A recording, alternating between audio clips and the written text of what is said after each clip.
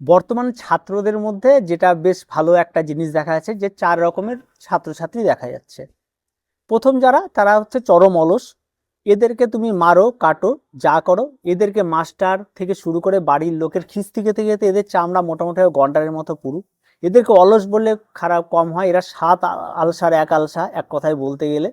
তো এই সমস্ত ছাত্রছাত্রী এদের কাজ হচ্ছে খালি ঘুম। এরা যদি ঘুমিয়ে পড়ে কখন উঠবে এরা নিজেরাও জানে না, এবং এরা কখন ঘুমাবে সেটাও এরা জানে না। এদের কাজ খালি মোবাইল ঘাটা, আর কোনো কিছু নেই। এরা মোবাইলে গেম খেলবে, রাত ভরে ভিডিও দেখবে, এই সমস্ত কিছুই করতে থাকে। এরা পড়াশোনা দেখলে এদের ঘুম পায়, বই যদি খোলে তাহলে এদের ঘুম পায়। এরা বইয়ের বাইরের সমস্ত জগতে এরা থাকে। আবার এই টাইপের মানে চরম অলস যারা, এরা যে বন্ধুদের সঙ্গে গিয়ে দুটো আড্ডা মারবে সেটাও এরা সালা করতে চায় না। এটা এরকম অলস, মাঠে গিয়ে খেলবে সেটা হয় না। মানে এই রকম এদের দিয়ে কিছু হয় না। কিন্তু এদেরও ভেতরে কোনো না কোনো স্কিল বা কোনো না কোনো কিছু কিন্তু লুকিয়ে আছে, সেটা তাদের খুঁজতে হবে, সেটা কিন্তু তারা খুঁজবে না। সেটা এই টাইপের এরা হয়ে থাকে। 2 নম্বর থাকে মিডিয়াম অলস। এই মিডিয়ামটা যেটা থাকে অনেকটা এরা ওই সার্কাসের বাঘের মতো, প্রচন্ড হিংস্র, কিন্তু তাদেরকে মোটামুটি ভাবে ট্রেনিং দিয়ে দিয়ে দিয়ে দিয়ে একটা জায়গায় আনা যায়। ঠিক এই যে মিডিয়াম অলসেরা, এদেরকে যদি ঘুম থেকে ডাকা হয় তো 6টার সময় উঠবে, যদি না ডাকা হয় তো 12টার সময় উঠবে।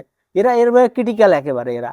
এদেরকে যদি কোনো একটা চ্যাপ্টার দেওয়া যায় পড়তে, যদি কোনো রকম প্রেশার না দেওয়া যায় তাহলে এরা পড়বে না, যদি প্রেশার দেওয়া যায় তাহলে এরা পড়বে। এরা বাবা মার সবসময় এদেরকে প্রেশার রাখতে হয়, বাবা মাকে সবসময় পেছনে পেছনে ঘুরতে হয়। মানে একটা অদ্ভুত মানে একটা মানে এরা হচ্ছে বাড়ির পোষ্যদের মতো ব্যাপার, এদেরকে পুষে রাখা হয়, এদেরকে কন্টিনিউ ট্রেন দেওয়া হয় যে এই করো। এটা হচ্ছে এই এক টাইপের মানে। এরা আবার কি, এরা যখনই যেটুকু টাইম যেটুকুই যেটাই করবে এটা কিন্তু খুব মন দিয়ে করে। এদের মধ্যে কিন্তু এই জিনিসটা ভালো আছে। এদের মধ্যে আবার এদের মধ্যেই প্রচুর স্টুডেন্ট রয়েছে যারা বেশ ভালো ভালো অন্যান্য স্কিল, কেউ নাটক ভালো করে, কেউ খেলা পারে, কিন্তু এটাকে ধৈর্য ধরে যে করা, এটা এদের চাপ দিয়ে দিয়ে করাতে হয়। এই চাপ দিয়ে দিয়ে যেদিন করাতে হবে না, যেদিন তুমি তোমার মন থেকে করবে, সেদিন দেখবে তুমি বেশ ভালো একটা জায়গায় পৌঁছে গেছো। আর 3 নাম্বার যেটা রয়েছে, এটা হচ্ছে পেটুক। এরা খাবে, এদের খাওয়া ছাড়া কোন রকম কোনো অপশন নাই। এদেরকে যদি তাদের বাড়ির লোক বলে যে, মা যদি বলে যে 2 ঘন্টা পর, 2 ঘন্টা পরে তার জন্য শর্ত রাখবে, মা 2 ঘন্টা পড়বো তার জন্য আমাকে একটা এগরোল করে দাও। মা আজকে টিউশনিতে গিয়েছিলাম, ওখানে পড়াশোনা ধরছে, টিউশনি সব পড়া মুখস্থ করে গেছে, সব পারছি, তার জন্য আমাকে বিরিয়ানি খাওয়াও। মানে এদের মানে একটা অঙ্ক করতে করতে গেলেও মানে এদের অপশন লাগে একটা খাওয়া। তো এত খেয়ে হবেটা কি? যত ধরনের ফাস্ট ফুড, জাঙ্ক ফুড, এই সমস্ত কিছু রয়েছে, এগুলি তো আমাদের স্টুডেন্ট লাইফে হেলথের জন্য ক্ষতিকারক। আর এগুলি খেয়ে খেয়ে কেউ অনেকে তো এমন অবস্থা হয়ে গেছে মানে নড়াচড়া পর্যন্ত করতে পারছে না। তো এইরকম হয়ে তো কোনো লাভ নেই।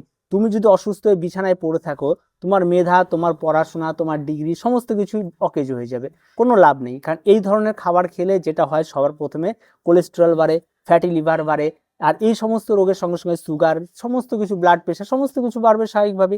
আর স্বাভাবিকভাবে সবকিছু যদি বাড়ে তাহলে ব্রেনটাও খারাপ হতে শুরু করবে।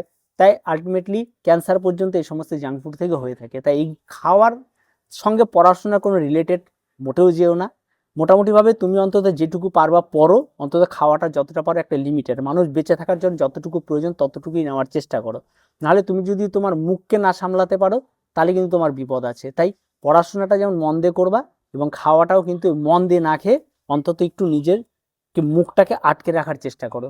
মানে ওই খাওয়াটা মন দিয়ে খেতে যেও না, মন দিয়ে খেতে গেলে কিন্তু অনেক বেশি, মানে আমরা যদি পেটের খিদা মেটাতে যাই তাহলে কিন্তু আমাদের বেশি খাবারের প্রয়োজন, কিন্তু মনের খিদা মেটাতে গেলে কিন্তু অনেক খেতে হয়। তাই সেই জায়গাটাকে ভালো করে বুঝে তোমাদেরকে চলতে হবে। তো এইভাবে চলে কোনো লাভ হবে না। তুমি তোমার স্কিলকে দেখো, তোমার যেটা ভালো লাগে সেটাকে দেখো। ঠিক আছে, তোমার যদি খাওয়াই ভালো লাগে, তুমি তো মাস্টার শেফ, প্রচুর অপশন রয়েছে, হোটেল ম্যানেজমেন্ট, সে সমস্ত কিছু দেখো, যেটা ভালো লাগে সেটা করো। আর শেষে গিয়ে যারা রয়েছে তারা এরা ভাই জন্মগতভাবে পড়াশোনার জন্যই জন্ম হয়েছে এদের এরকম। কারণ এরা পড়াশোনা ছাড়া কিচ্ছু বোঝে না। এই 4 নাম্বার স্টুডেন্ট যারা থাকে, এরা পড়াশোনাটাকে খুব ভালোভাবে নেয়। এরাই পরবর্তীতে ভবিষ্যতে গিয়ে ডাক্তার, ইঞ্জিনিয়ার হয়। এরাই প্রত্যেক স্কুলে প্রথম থেকে 10-এর মধ্যে থাকে। এরাই মোটামুটিভাবে কম্পিটিশন করে। এরাই মোটামুটিভাবে এদের দিকে তাকিয়ে পড়াশোনাটা টিকে থাকে। স্কুলের মাস্টাররা এদেরকে নিয়ে প্রশংসা। প্রথম কথা হচ্ছে, এই ধরনের স্টুডেন্টরা তাদের পড়াশোনা বা তাদের নিজেরটা বোঝার জন্য যে কোনো কিছু পর্যন্ত যেতে, এরা সমাজে খুব একটা বেশি উপকারে আসে তেমনটা কিন্তু মোটেও হয় না। এই সমস্ত স্টুডেন্টরা মোটেও সেরকম খুব একটা বেশি উপকার আসে না। এরা যদি নিজেদের প্রয়োজন, এদের কাছে যদি কেউ আসে যে ভাই আমি অঙ্কটা পারছি না একটু শিখিয়ে দে, এরা বলে আমি পারি না, অথচ সে অঙ্ক সে সলভ করতে যান সবকিছু সঙ্গে সঙ্গে সে না করে দেবে। কোনো একটা নোটস বা কোনো কিছু হেল্প চাইতে গেলে সবার আগে না করে দিবে। কিন্তু নিজের যখন প্রয়োজন হবে, এরা তোমার কাছ থেকে সব কিছুকে পটিয়ে পাঠিয়ে তোমার কাছ থেকে সবকিছু নিয়ে এসে এরা রেখে দিতে পারবে। এদের ভাই এই ক্ষমতাগুলো আছে, এদের মধ্যে এই জন্মগত এই ট্যালেন্টগুলো তাদের মধ্যে রয়েছে। এই ব্যাপারগুলো তারা বেশ ভালো করতে পারে। তো এরাও স্বাভাবিকভাবেই বেশ ভালো। আর অ্যাভারেজ এই 4 ধরনের স্টুডেন্ট যদি বাদ দেওয়া যায়, তাহলে এক ধরনের স্টুডেন্ট থাকে যারা মোটামুটিভাবে পড়তেও ইচ্ছা করে, খেলতেও ইচ্ছা করে, এরা মোটামুটি সব দিক দিয়ে সব কিছু এদের ইচ্ছা করে। কিন্তু ইচ্ছাটা যখনই করে সব দিক দিয়ে, কিন্তু সব দিক দিয়ে তো ওরকম ইচ্ছা করলে তো সব কিছু তো সফল হওয়া সম্ভব না, সব দিক দিয়ে হবে না।